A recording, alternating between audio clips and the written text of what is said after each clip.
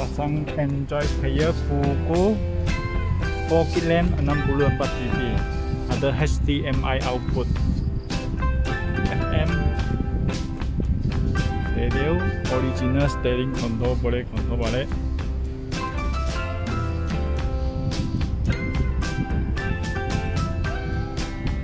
Check TV online, YouTube, Spotify, App Toy, MP3. Ada dual screen function, boleh west, boleh YouTube.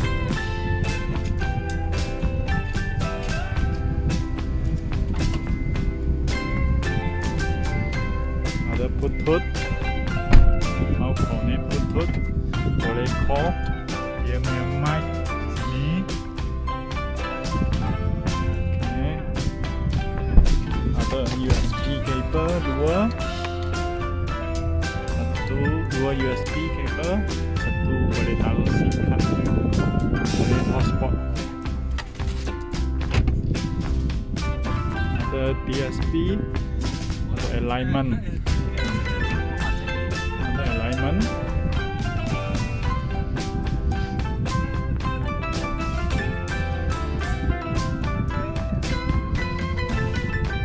setting. Dia ada pasang depan kamera. Dia boleh automatic pergi tepat. HDMI output.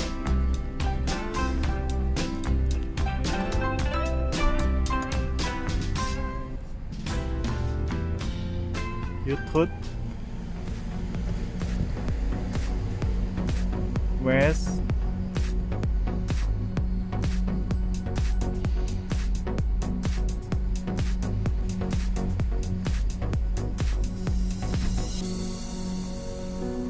boleh pakai gambar, boleh tukar gambar.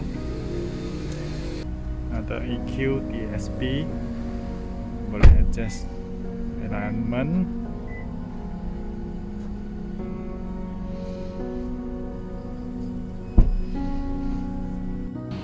Toyota Alphard ada pasang reverse camera, SD function 170W.